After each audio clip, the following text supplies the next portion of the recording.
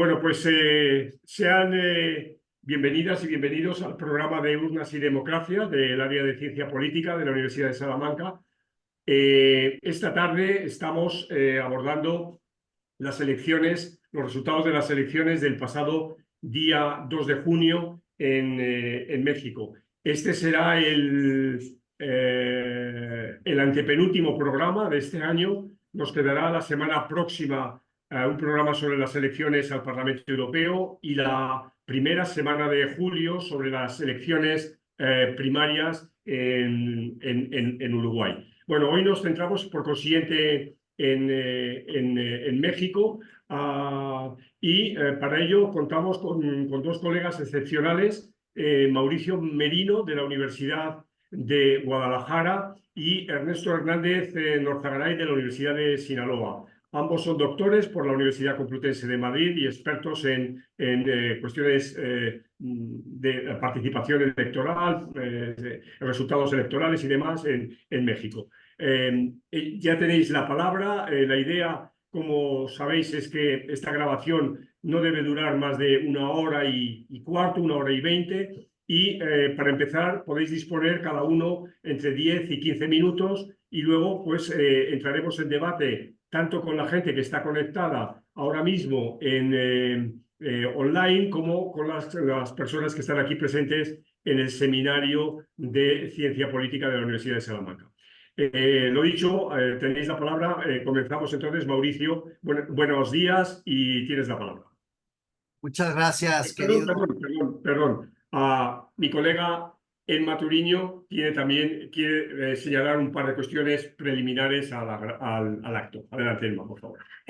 Con el permiso de los doctores, simplemente quería hacer un breve apunte introductorio para dar contexto a una victoria muy llamativa de la primera mujer presidente en América del Norte y con un respaldo muy sólido. Como apunte general que se ha podido ver en los medios de comunicación, llama la atención un contexto de violencia bastante marcado, así como algunas cuestiones de hasta qué punto la victoria tiene que ver con, evidentemente, el apoyo de AMLO o también, por otro lado, con una oposición un poco desestructurada. También ha sido como bastante interesante ver un perfil de una política centrada en los datos, en los aportes neutrales y científicos y que se supone que va a tenerlos en cuenta para hacer políticas de ahora en adelante. No quiero robar tiempo a vuestras intervenciones, así que con esto creo que es más que suficiente y les doy paso para vuestros análisis. Adelante, Mauricio. Pues primero, muchas gracias, querido profesor Alcántara. Mucho gusto, Emma. Me da muchísimo gusto estar con ustedes, con mi muy querido amigo de toda la vida, Ernesto Hernández Norzagaray, con quien hemos compartido de veras un buen trecho de vida. Tengo 10, 15 minutos, me voy directo. Creo que con excepción del último punto mencionado por Emma, estoy de acuerdo con todos los demás. El último tiene que ver con esto de los datos y que no sé de dónde salió. Ya nos contará Emma de dónde lo ha sacado, porque yo veo exactamente lo opuesto. Y ahora me explico. Creo primero que, que sí fue un triunfo no solo contundente, sino yo diría sorprendente, porque las elecciones de México del 2 de junio fueron elecciones plebiscitarias, en mi opinión. Es decir, no tanto una elección presidencial común y corriente en el sentido de cambio de mandos en el Poder Ejecutivo Federal, cuanto una elección que se planteó como la continuidad de un proyecto político y de una propuesta de cambio de régimen político llamado o autodenominado la Cuarta Transformación, la 4T, o la suspensión de ese proyecto. Fue una elección plebiscitaria en ese sentido. Por otro lado, no solo fue una elección de la presidencia de la República, fue muy llamativa la elección presidencial, como suele suceder en todos los países en general y de América Latina en particular, sino que fue además además una elección en la que se renovaron prácticamente pues, casi todas las plazas que ocupa la clase política mexicana. Hubo, por supuesto, excepciones importantes, pero casi todos los congresos estatales, el Congreso Federal, la Cámara de Diputados, la Cámara de Senadores completas, se renovaron 9 gubernaturas y se renovaron ayuntamientos de todo el país. Entonces, estamos frente a una elección en la que no hubo un cargo, el cargo presidencial en disputa, sino 20.700 cargos en disputa. Fue en este sentido la elección más voluminosa en términos de cargos públicos a elegir de la historia de México. Por tanto, la lógica plebiscitaria de la que estoy hablando no solo tenía que ver con la titularidad del Poder Ejecutivo, sino con el conjunto de la clase política y su orientación. En este sentido, es verdad, como ha dicho ya Emma, que además hubo un rasgo muy singular. En el caso de la así llamada 4T, digamos que el personaje central, el personaje fundamental, no es la presidente electa, sino el presidente en funciones, Andrés Manuel López Obrador. A todas luces se trató de un plebiscito vinculado al presidente López Obrador. La propia candidata de la 4T se presentó a sí misma desde un principio como una candidata que defendería la continuidad de ese proyecto político. Eh, se presentó defendiendo los logros del gobierno del presidente López Obrador y defendiendo lo que ella llamó el segundo piso de la cuarta transformación, es decir, continuar con esa reforma, esa transformación, uso sus propias palabras, para profundizar. El resultado electoral, como ya se sabe, ha sido explicado, yo diría, de 4 modos distintos y tengo para mí que es una combinación, la explicación correcta de todos ellos. No es que uno cancele al otro. Primero, el refrendo de la confianza y del respaldo mayoritario al presidente López Obrador. No me queda claro, a ver si Ernesto nos lo aclara más adelante o lo discutimos, de qué tamaño es el respaldo a Claudia Sheinbaum en particular, con ella en particular, sin AMLO. Eso es difícil de identificar, de qué tamaño es el respaldo a ella y qué tamaño es el respaldo a AMLO y por lo tanto el voto por Claudia Sheinbaum como un refrendo del proyecto de AMLO. Eso es difícil, yo no lo tengo claro, sinceramente. Pero a todas luces, esa es la primera y la más, creo, contundente explicación. La segunda, como también dijo Emma, ya tiene que ver con una oposición que no solo se equivocó antes, se equivocó el camino y se sigue equivocando hoy mismo, mientras hablamos. Las oposiciones en México están periclitadas, en mi opinión. Yo creo que el 2 de junio, este domingo, se inició el principio del fin de las oposiciones políticas que habíamos venido conociendo, del régimen de partidos que dio lugar al proceso de transición a la democracia en México, a la pluralidad, después de la hegemonía del PRI por muchos años. Ese régimen que suplió a la hegemonía del PRI, que fue un régimen pactado, votado y reconstituido a partir de la pluralidad, creo que el 2 de junio está marcando, insisto, el principio del fin. No es que se haya acabado de una sola vez, porque los partidos seguirán ahí, pero van a tener a todas luces que recomponerse, sobre todo porque han cometido muchísimos errores. El primero y más evidente fue reunirse. La lógica plebiscitaria planteada por el presidente López Obrador anunció desde un principio que toda la oposición era lo mismo, una y la misma cosa, conservadores, racistas, clasistas, neoliberales, en fin, una larga lista de calificaciones que hizo el presidente López Obrador al reunirse en una sola coalición, el PAN, el PRI y el PRD, después le dieron el mejor argumento al presidente López Obrador, que miren, pues sí, sí son lo mismo, tanto así que se juntan y defienden sus privilegios, sus canonjías. No, no fue una reunión de oposición inteligente, en mi opinión.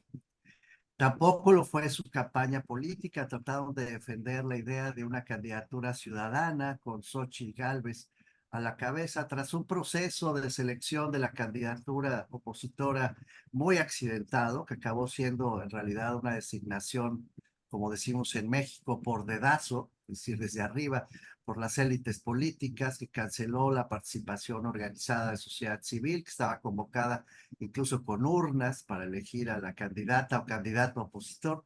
Pues no, no hicieron eso, se fueron por la designación directa.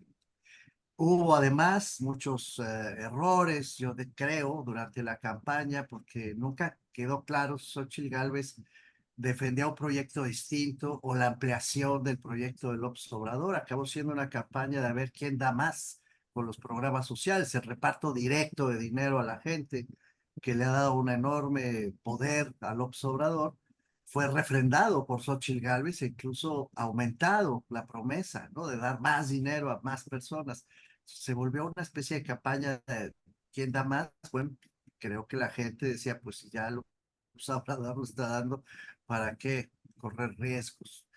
En fin, fue una larga lista de errores. Ahora están reclamando fraude electoral, las oposiciones ahora mismo, cuando perdieron por más de 30 puntos de elección. Entonces, en fin, y cuando habían defendido a línea, capa y espada, se armó una cosa que se llamó la marea rosa, como ustedes seguramente supieron, para defender al INE de los ataques de Morena, y ahora son ellos, los de la oposición, los que están atacando al INE, porque dicen que orquestó un fraude electoral. Verdaderamente esquizoide la posición que han tenido los partidos tradicionales en México. Esa es, creo yo, una buena segunda explicación. Insisto, no excluye la de la presencia del presidente.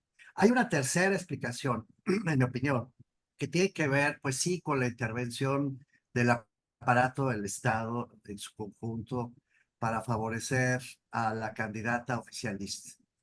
Como pocas veces vimos cómo se rompían las reglas electorales, eh, muchas veces estaba prohibida la intervención del presidente, intervino, estaba prohibida la intervención de los funcionarios de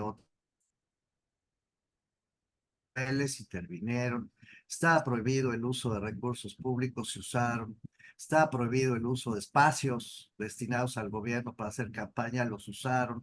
Es decir, sí hubo una maquinaria volcada. Hay incluso una discusión sobre el papel que tienen literalmente miles de personas contratadas de un modo muy singular, que son conocidas en México como los siervos de la nación, les dicen los servidores de la nación, la gente, pues no se aprende lo de los siervos, y pues estuvieron operando en campo, digamos, durante 2 años, más, 3 años, favoreciendo al partido oficial, a Morena. Así que también hay esa explicación. Y por último, y no es menor, hay también una explicación de la violencia.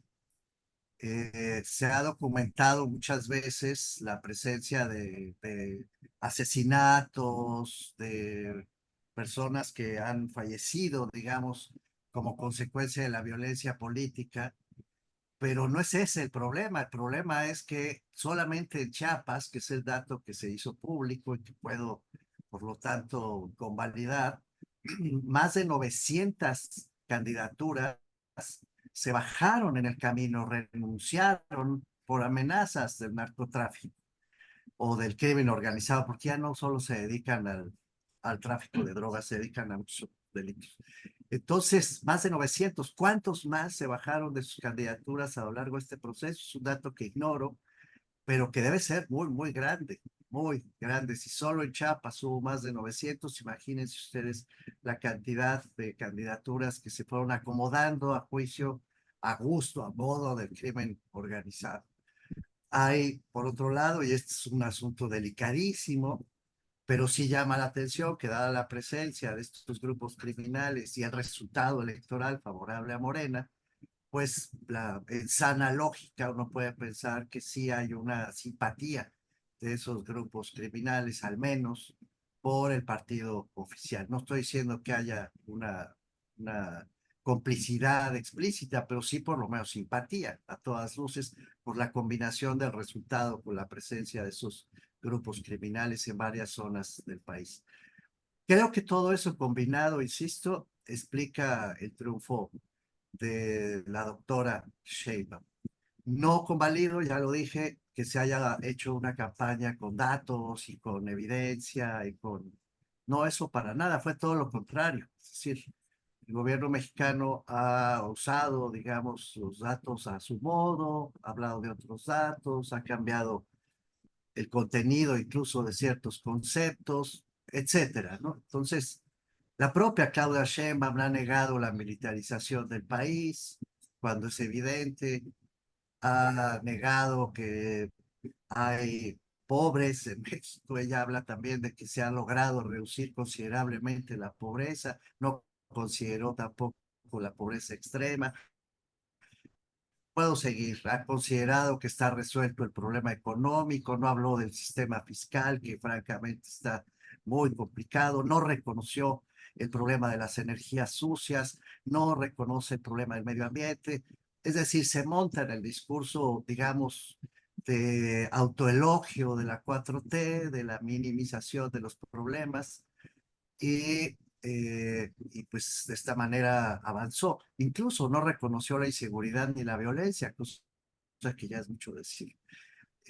Bueno, el triunfo es arrollador, es, por eso digo, sorprendió, y se van a quedar con no solo la presidencia, con 24 gubernaturas, con un número equivalente de congresos estatales, se van a quedar con la mayoría calificada en la Cámara de Diputados y muy cerca de la mayoría calificada en la Cámara de Senadores. Este último dato es relevante para quienes no estén muy familiarizados con el caso mexicano, porque tener la mayoría calificada de 2/3 en ambas cámaras quiere decir poder cambiar la Constitución sin tener que acordar nada con las oposiciones.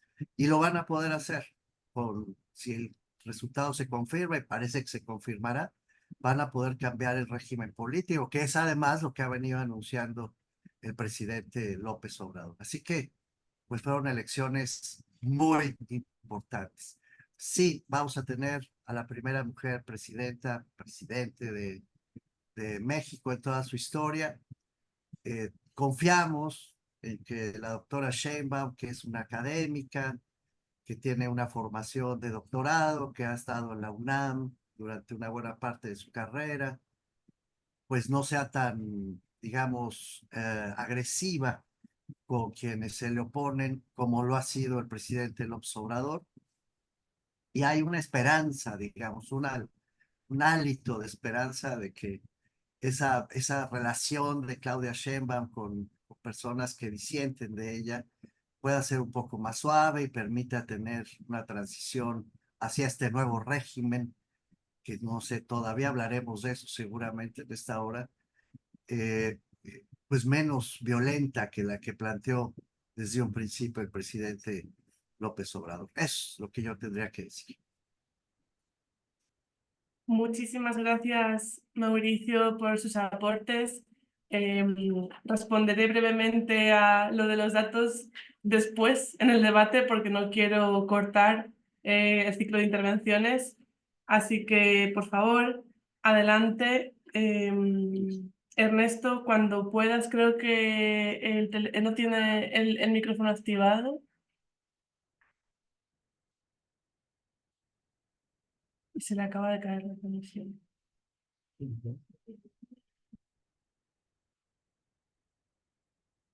Ahora, pero no lo escuchamos, Ernesto. Tiene abajo un icono de un micrófono, probablemente está tachado y está en rojo. Si le clica, seguramente que sí que le podamos escuchar.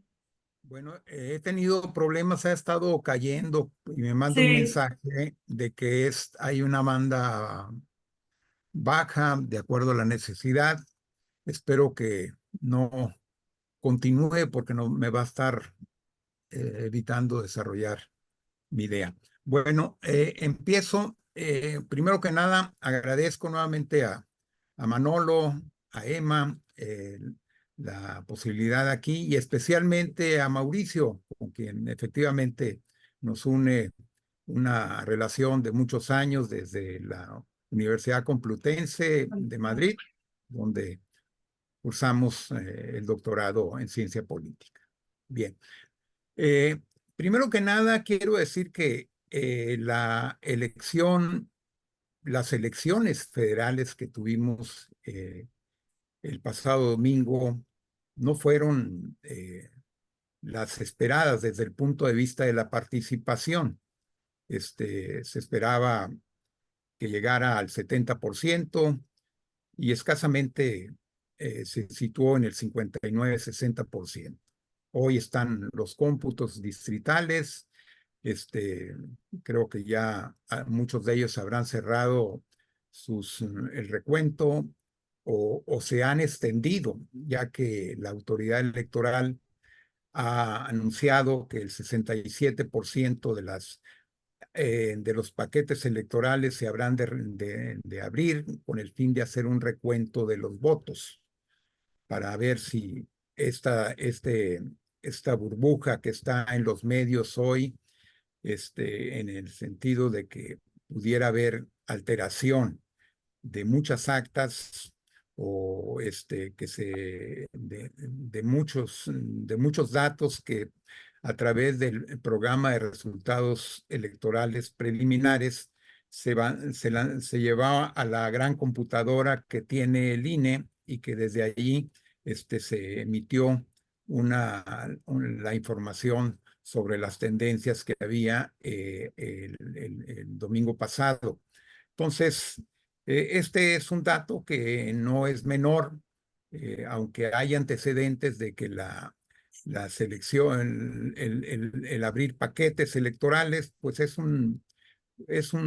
ha normalizado después de que en 2006 fue un escándalo, ya que se planteaba el tema de que podría haber sido alterado y que haya ocurrido lo que Andrés Manuel López Obrador ha dicho a lo largo de todo este tiempo, que fue un gran fraude electoral, porque los resultados electorales no le dieron la victoria, de tal manera de que en aquel momento, por una diferencia de medio punto, se habilitó como presidente a Felipe Calderón Hinojosa. Entonces, este proceso pues está en curso. Este proceso, aunque yo soy de la idea de que no va a cambiar mucho de lo que hoy conocemos. Generalmente, en la apertura de los paquetes, que se revisan errores e inconsistencias en el llenado de las actas, vamos a ver que no va a cambiar el sentido del voto. Hay mucho, pues la experiencia que está ahí atrás indica que estas cosas no cambian radicalmente y que pueden sí modificar incluso en sentido positivo de que le den más votos al ganador. De tal suerte que el escenario es un escenario que tendremos más o menos definido para el próximo domingo, cuando ya se resuelva y se resuelva este momento y llegue el momento del Tribunal Electoral. Vamos a ver qué cantidad de reclamos hay de parte de la oposición, que ya, como lo señalaba Mauricio, se ha montado en la idea de que hubo fraude electoral y en esta forma pues van a iniciar los alegatos respecto de las evidencias que hay allí. Yo no le auguro mucho futuro, digamos, a esta iniciativa. Creo que los resultados son tan amplios en términos de la elección presidencial y quizá pudiera haber sí, en algunos problemas, en algunas de las elecciones estatales. Hoy mismo en Jalisco hay una situación excepcional. Está el caso de Veracruz, donde pues también, aunque hubo una diferencia muy importante entre el primero y el segundo lugar, pues hay evidencia, según lo que dice el candidato de la oposición, que podría hacer cambios en el resultado. Yo también en ese sentido ahí lo dudo. Pero bueno, en general, las elecciones fueron arrolladoras, aquella estrategia que Andrés Manuel tuvo en 2018 de que había que votar eh, por todo el paquete que se ofrecía en las 5 papeletas electorales que cada mexicano tuvo que cruzar el pasado domingo. Y bueno, creo que esto sucedió de tal manera de que ese voto uniforme para presidente, para diputados federales, eh, para gobernadores, donde sucedió, en fin, ayuntamientos, etcétera. Entonces ahí ese voto en línea, que fue, creo, una constante hoy en esta elección, es lo que evidencia los resultados que tenemos.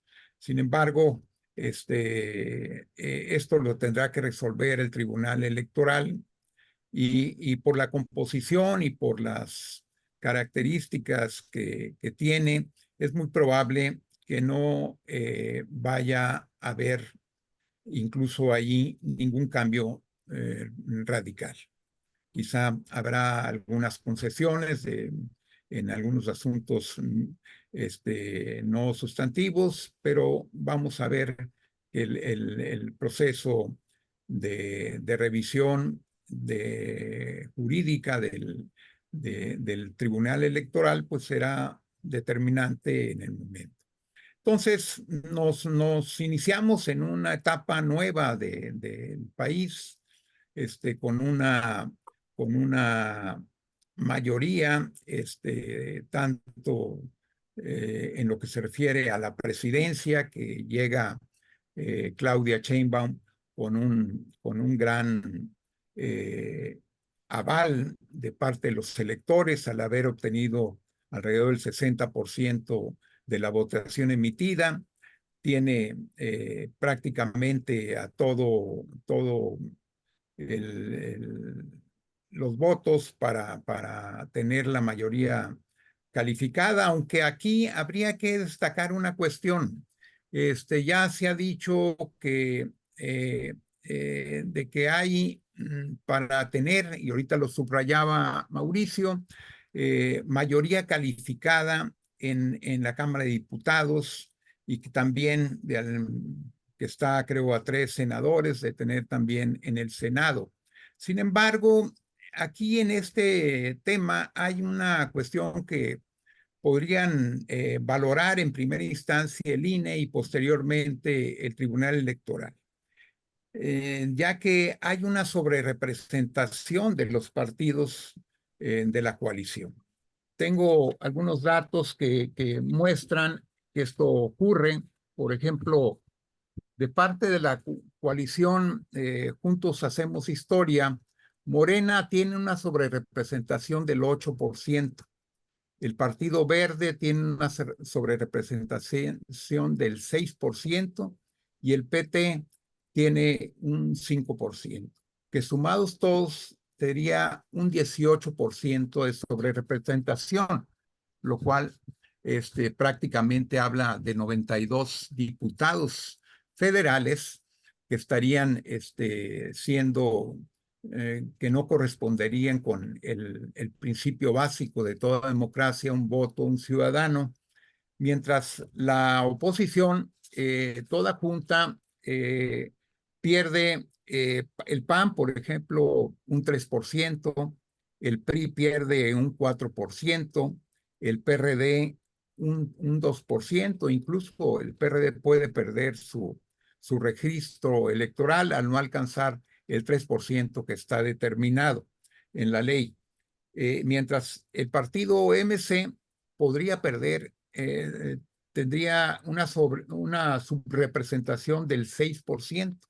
Toda ella significa, pues tendríamos aproximadamente 6, 12, 17 puntos porcentuales, que son más o menos los que gana la cuestión. Y decía pues que esto, si entran al fondo, tendrían que revisar lo que establece la ley, que es, si mal no recuerdo, en 1996, hubo una reforma en el sentido de que se incluía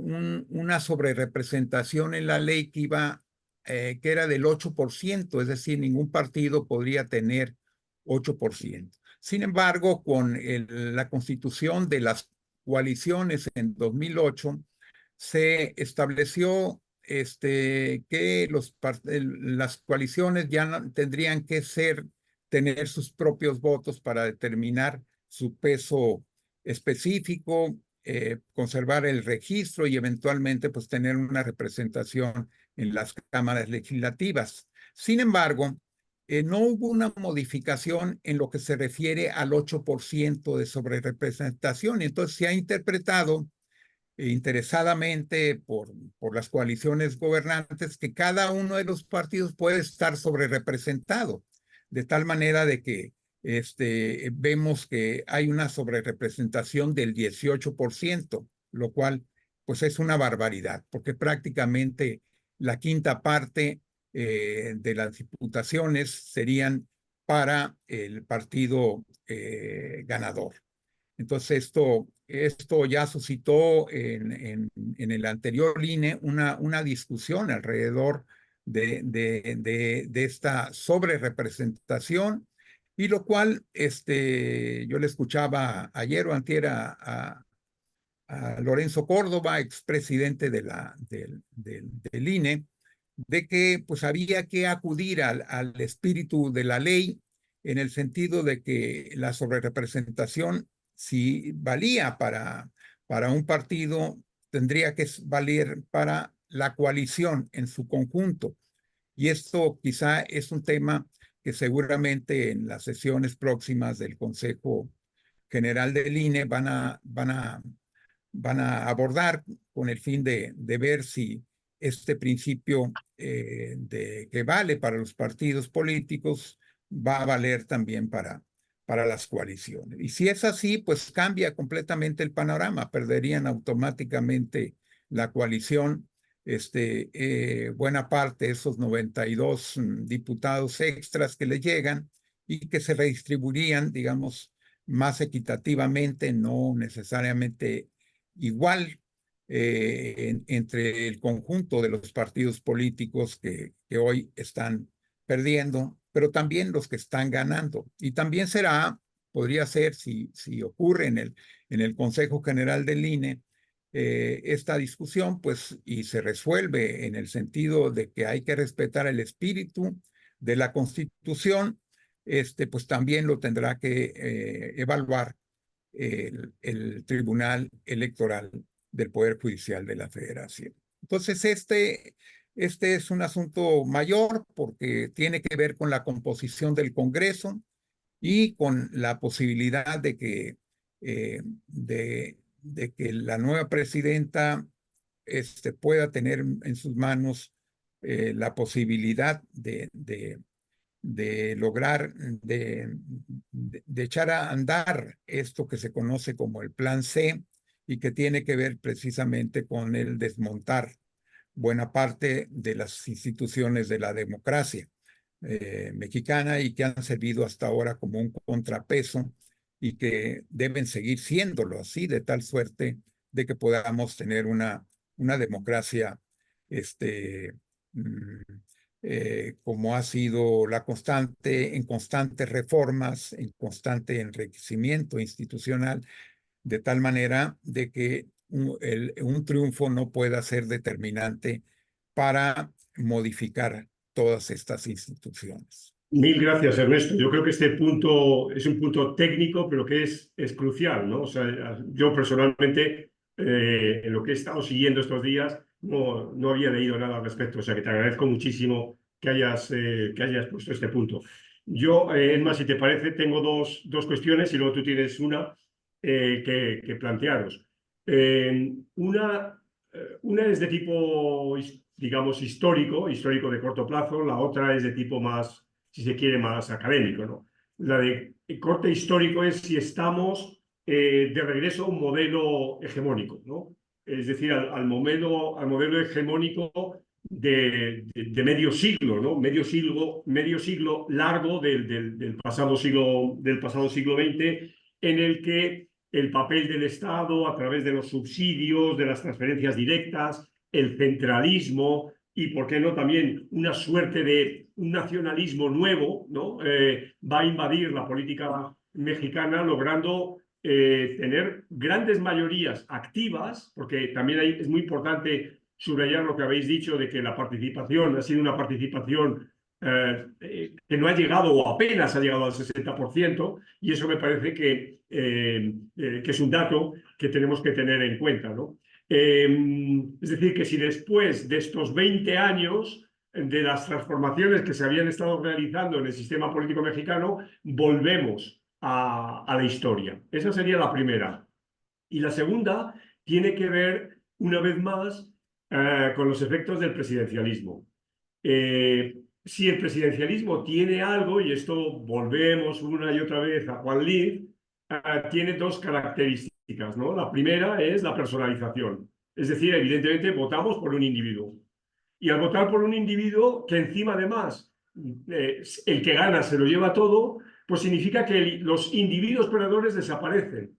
Entonces, claro, la política mexicana, como la de otros países, evidentemente, se centra en la figura del candidato presidencial. Si este candidato presidencial resulta un tipo atractivo, que sabe manejar el relato, que tiene buena conexión con la gente, y aquí evidentemente la comparación entre Peña Nieto y Andrés Manuel López Obrador es obvia, ¿no? Pues claro, tenemos un individuo que gana gracias a, digamos, a los puntos que le da el presidencialismo, ¿no? Y la segunda cuestión del presidencialismo es la lógica de suyo va, claro, de la polarización. Es decir, en el presidencialismo la cuestión es que como solo gana uno, y si este tiene una capacidad muy fuerte de polarizar, obliga a la oposición a tener que ir unida, aunque sea una unión contra natura, pero tienen que terminar yendo unidos porque si no es imposible ganar. Y más aún en el caso mexicano, no olvidemos que la mayoría es mayoría simple. Es decir, porque en otros países donde la mayoría es a segunda vuelta, bueno, uno cabe la posibilidad de que, bueno, me la juego, hago la alianza para la segunda vuelta. No, aquí la alianza se debe hacer en la primera vuelta. Y claro, de entrada había una candidatura, la de Xochitl Gálvez, que era una candidatura contra natura, ¿no? La candidatura de tres partidos, PRI, PAN y PRD, que es muy difícil, ¿no? Sobre todo para un observador desde fuera, entender que pudieran ir juntos solo por el hecho de querer ir contra la candidatura de Andrés Manuel López Obrador. Bueno, estos serían mis dos comentarios.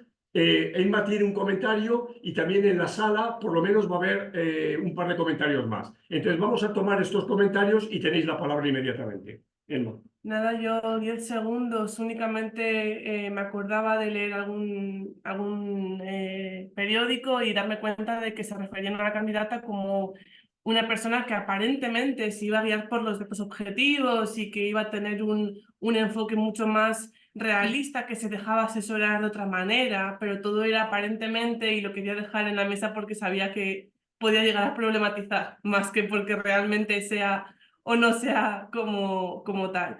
Y aprovechamos la pregunta de Rubén, ¿no? Sí. Sí, yo, no sé si me escuchan. Un segundo. Escucha... Acércate. Yo creo que acércate por lo menos para hablar desde aquí cerca. Gracias, Rubén. Yo lo que quería preguntar, como persona ajena, o me considero un poco ajena a la política latinoamericana, y también particularmente de México, ha mencionado los dos que, bueno, que pueden conseguir, o podrían conseguir mayoría cualificada, ¿no? Entonces yo les reto, entre comillas, a especular hacia dónde va con esa mayoría cualificada, porque es posible que no pase nada finalmente, ¿no? Porque también cuando en un régimen presidencial, además tienes una mayoría política en el Parlamento, es mucho más fácil que el presidente o presidenta se pueda sentir libre, ¿no? Pero bueno, podemos especular muchas veces que puede llegar la hecatombe cuando pasan este tipo de ejercicios, ¿no? Una mayoría fuerte en el Parlamento y un presidente con un apoyo popular importante, y luego a lo mejor las instituciones no existen mejor de lo que parece, ¿no? Pero bueno, nos pasa tanto con candidatos de corte populista de derecha como de izquierda, así que me gustaría que profundizaran, que especularan, que hicieran de esto que nos consideran ahora los políticos, que es hacer de gurú, que realmente nosotros hablamos más de lo que pasa atrás que de lo que pasa hacia adelante, ¿no? Pero les reto a que especulen sobre qué pasa con esas mayorías cualificadas. Tenemos otra pregunta en la sala. Es un poco invasivo enfocar eso así directamente, pero lo hacemos más personal así. Hola, un saludo a los dos profesores. Yo tuve el placer de ser alumna de Mauricio Merino en el Colegio de México hace muchos años. Y me acuerdo mucho de... sí. Mi pregunta va a la decisión de los votantes de las ciudades de darle voto mayoritario a Claudia Sheinbaum. Yo soy de Ciudad de México, entonces un poco la sorpresa... el primer comentario es el shock que provocó, y esa es como la palabra que se repite una y otra vez entre la gente con la que yo estudié y con la gente que trabaja en gobierno y con la gente que estábamos desde este lado del continente, ¿no? Desde este continente viendo la elección. Entonces la palabra es shock. Esa es como la primera que ninguno vimos, al parecer ningún politólogo, comentarista, intelectual vio venir esta oleada de apoyo a Morena en congresos y gubernaturas, ¿no? La segunda es en las ciudades. Me llama mucho la atención el voto de la Ciudad de México a favor de Morena, que ya en la elección intermedia le había dado la mitad de la ciudad al PAN y ahora regresó todo Morena, excepto 4 o 5 alcaldías que son del PAN, ahora todas son de Morena, ¿no? Entonces, se mantiene el bastión, o sea, pero me llama mucho la atención porque Morena no es izquierda. No, puede ser que el discurso del presidente, y ahí viene como mi otro comentario y otra reflexión de, es tan poderosa la mañanera que lo estamos subestimando un poco, porque el discurso no es de izquierda, es un populismo, que muchas veces el presidente hace comentarios misóginos y que parece más de un neoliberal que de izquierda y más de derecha que la propia derecha. Y entonces eso me llama mucho la atención ante lo que suponemos en un ciudadano sofisticado, un votante sofisticado en las ciudades. Esta sorpresa de la Ciudad de México. Ahí dejo mis comentarios. Gracias, Rebeca. Ahí va. Pues creo que hay muchísimos comentarios en el aire. Les doy la palabra de nuevo. No sé si el orden puede ser el mismo. Mauricio, si quiere comenzar. No, o comienza Ernesto primero. Ernesto, vale. No le escuchamos, Ernesto. El icono del micrófono, si le puede dar clic para que esté activado. Sí, ¿ya está? Sí, Ahora, perfecto, sí. gracias.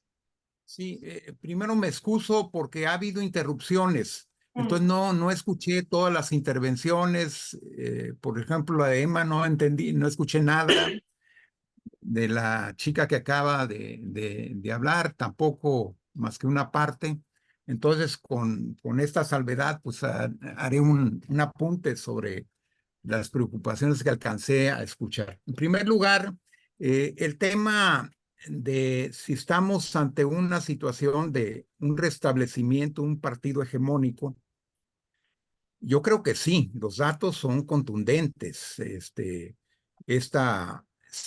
segundo tsunami que tenemos, pues evidentemente muestra una imagen que ya la vimos en los años, hasta los años 70, donde el PRI prácticamente obtenía todo, salvo algunas islas que tenemos ahí en los estados.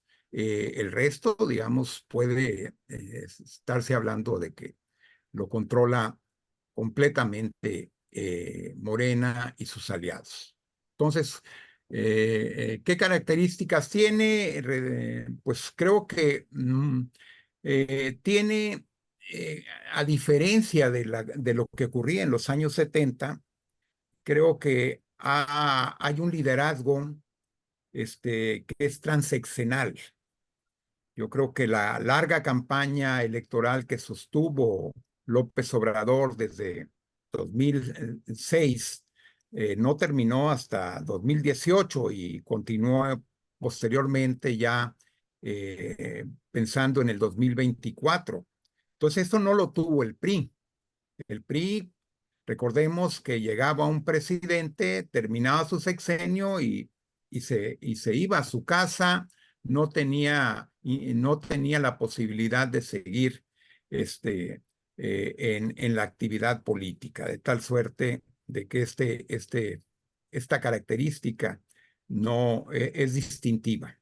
Tiene además, a diferencia del PRI de los años hasta los años 70, un sistema de dádivas que se le dan a distintos sectores de la población con el fin de generar clientelas electorales. En cambio, el PRI, este instrumento lo institucionalizó, de tal manera que se crió en el largo periodo priista de 71 años, el Seguro Social, el Infonavit, en fin, una serie de instituciones que están en este momento en el gobierno de López Obrador rezagados, de tal suerte de que los recursos públicos son destinados a entregar apoyos directos a la población. En cuanto, pues, la parte del presidencialismo, no capté del todo la idea por las interrupciones, pero creo que tenemos un presidencialismo fuerte que lo ha demostrado en toda su capacidad para hacer desde las mañaneras una tribuna permanente que va fortaleciendo su figura y que trasciende incluso el ámbito nacional, como lo podemos ver, cómo se comportó en los votos, especialmente en Estados Unidos y Canadá, donde los votantes abrumadoramente votaron por López Obrador. Y es que estos mexicanos pues están muy cerca, muy distinto el comportamiento del voto que hubo en los países europeos, donde hubo un cambio sustantivo. Entonces, además tenemos un presidente que busca influir en el próximo gobierno.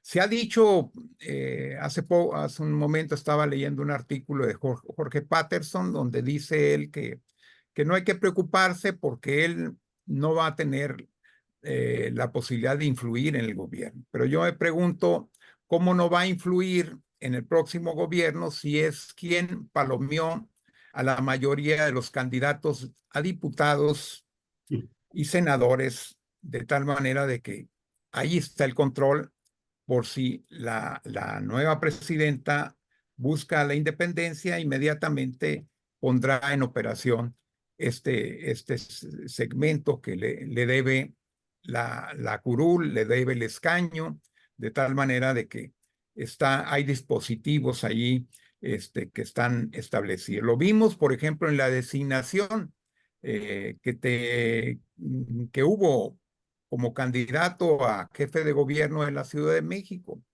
El candidato de Claudia era García Harfuch y terminó siendo Clara Brugada, que pertenece a un grupo más obradorista, de tal manera de que ahí están los contrapesos internos dentro de la 4T y que se habrán de expresar en el momento oportuno. Entonces, pues esto es lo que yo tendría que decir sobre esto, solamente respecto a dos cosas rápidas sobre la mayoría calificada. ¿Qué se puede hacer?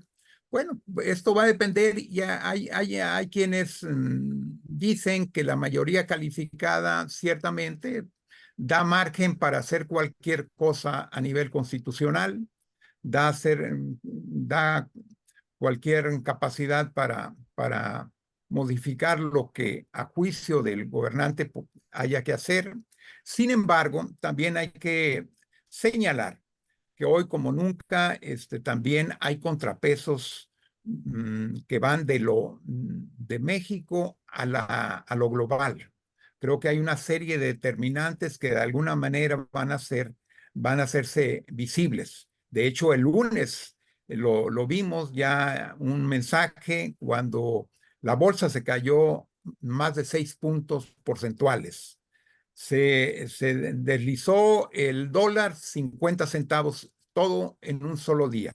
Ha venido una recuperación. Sin embargo, esto nos indica que puede estar en un momento dado operando también este factor externo para controlar. De hecho, por ahí Andrés Manuel en una intervención dijo, vamos a ver cuáles echamos para adelante. Él tiene 20 iniciativas de reforma constitucional, vamos a ver, y ya no habla con la contundencia de que todas buscarían aprobarlas, sino que van a valorarlo en función del efecto que pueda tener y que pueda generar una inestabilidad en la transición de su gobierno hacia Claudia.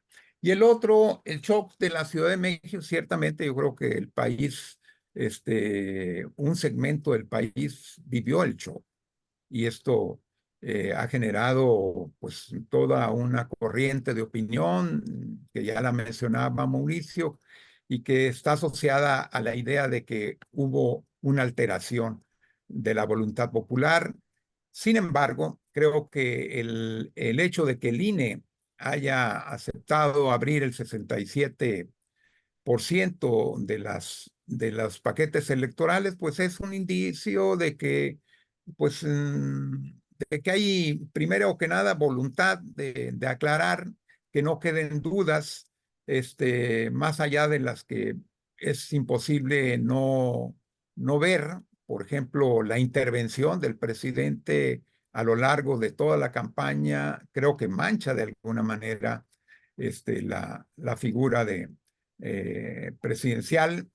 En este caso, arrastrará ese lastre Claudia ya en el ejercicio de gobierno.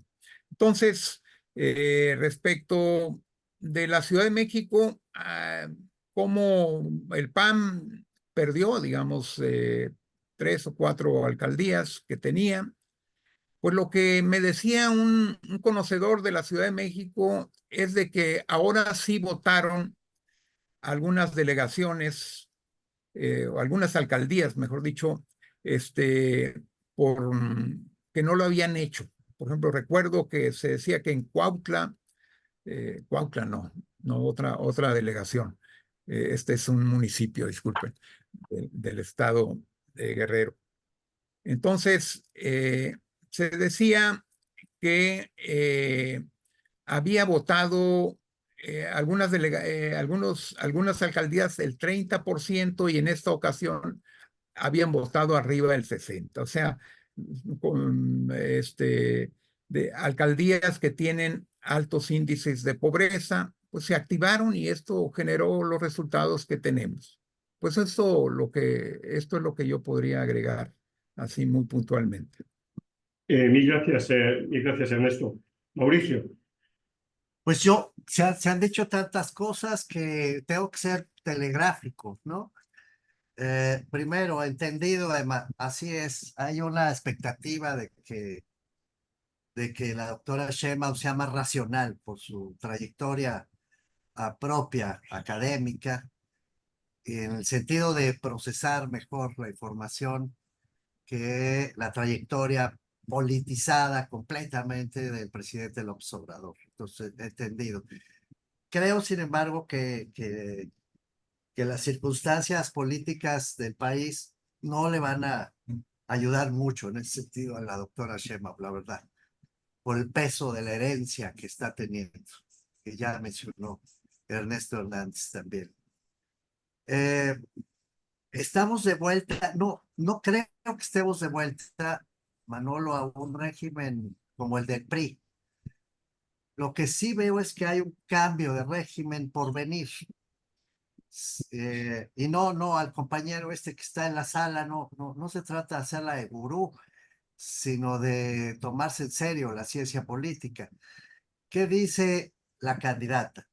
La candidata dice, la ganadora, que no está de acuerdo con la composición del INE actual, el órgano electoral.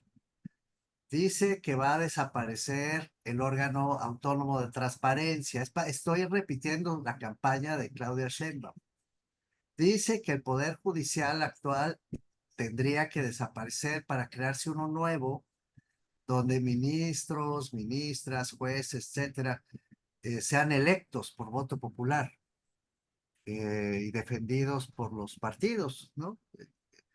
Dice que no tiene ningún inconveniente con la presencia de las Fuerzas Armadas en más de 270 actividades propias de la administración pública que hay hoy en México. Sí, las Fuerzas Armadas están por todos lados. Dice que está de acuerdo en que la Guardia Nacional se mantenga bajo mando militar. Dice que no va a cambiar la estrategia de seguridad pública porque es correcta. Que la estrategia está de abrazos, no balazos, van a ser abrazos para los jóvenes y cero impunidad, eso sí, para los delincuentes, pero no está dispuesta a modificar la dinámica de la política de seguridad. No está dispuesta a modificar la orientación de los programas sociales. Todo esto es de su campaña, ¿eh? No está de acuerdo en modificar el sistema fiscal del país, ni para cobrar más, ni para distribuir mejor entre estados y municipios, lo que quiere decir que necesariamente pues, se va a concentrar el sistema fiscal en el Poder Ejecutivo.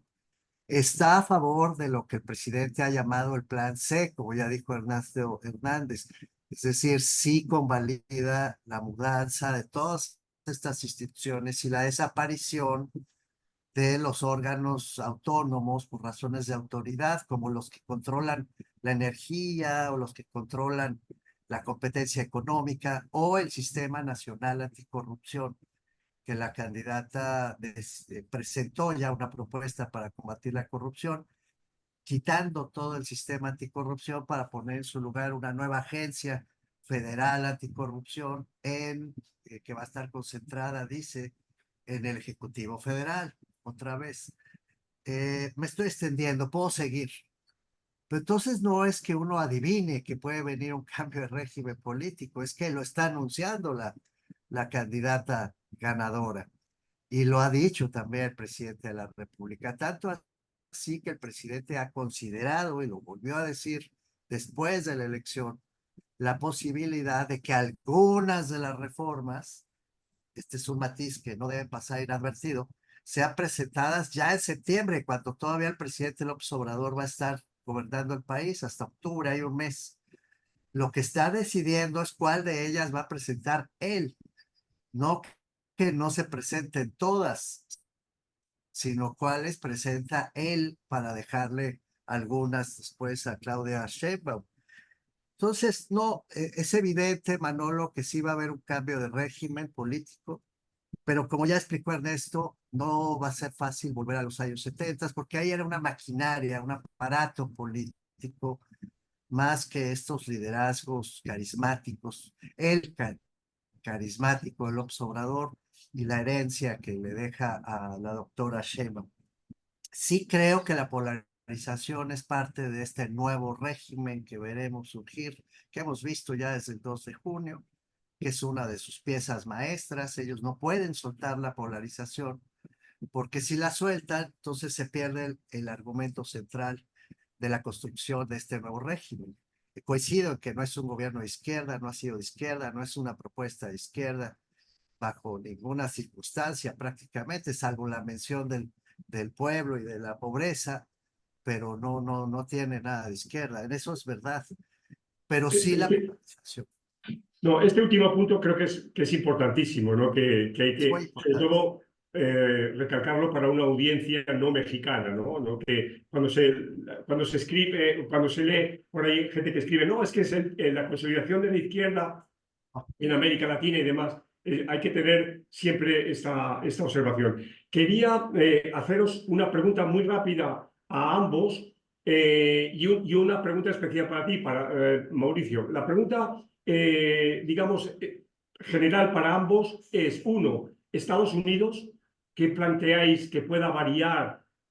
Ya sé que hablar de Estados Unidos hoy, frente a unas elecciones de noviembre, que no sabemos qué puede ocurrir, pues el panorama es muy distinto de si repite Biden a si gana Trump. Pero ¿cómo percibís esta relación con el vecino del norte? Y la segunda cuestión, algo que habéis dicho, sobre todo tú, Mauricio, en un momento, pero pasa muy deprisa, el tema de las Fuerzas Armadas, ¿no? Esta militarización de la vida pública en México por el papel, con el rol que han adquirido las Fuerzas Armadas.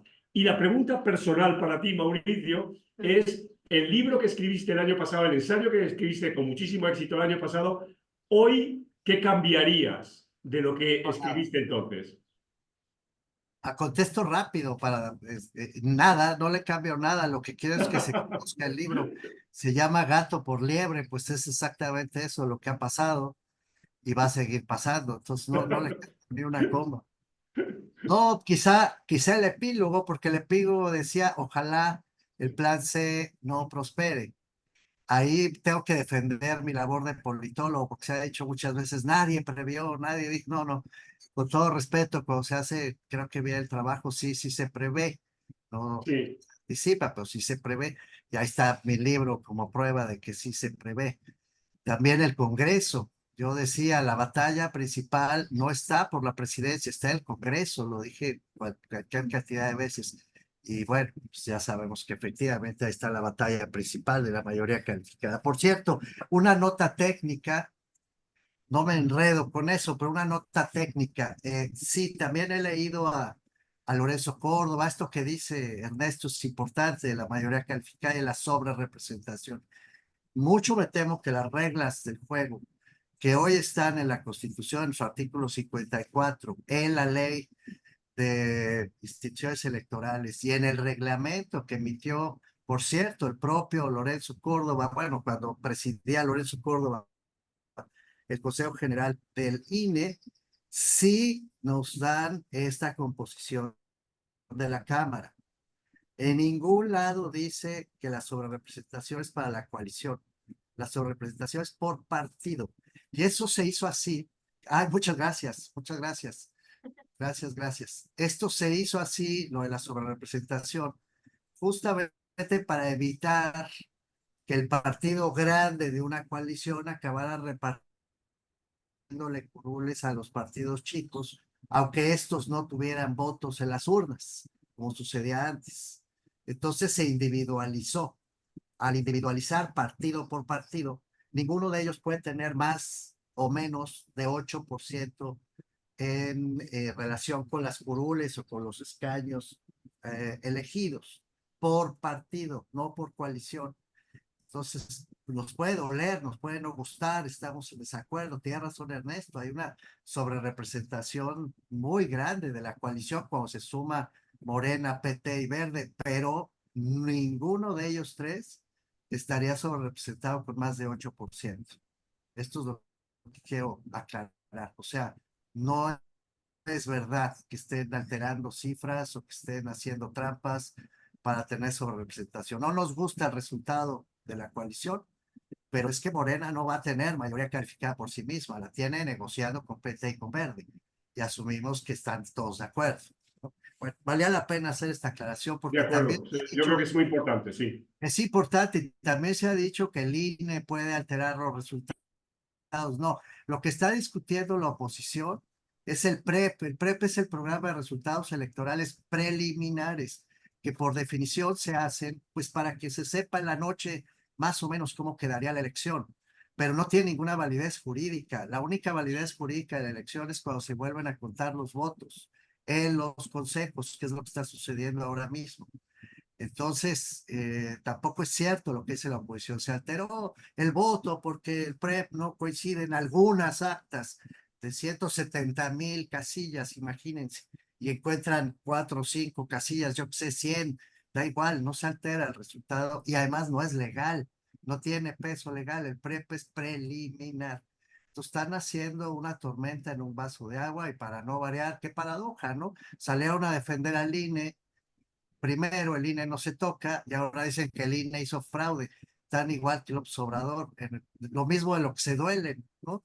Por cierto, también añado, en Jalisco, y ya de manera esquizoide por completo, Morena, que dice que todo estuvo bien, como en Jalisco perdieron, en Jalisco fueron a tomar físicamente las instalaciones de los órganos electorales, a golpes, los de Morena, porque perdieron la elección de Jalisco y acusando fraude electoral. Es totalmente esquizoide. Ni Chana ni Juana tienen razón.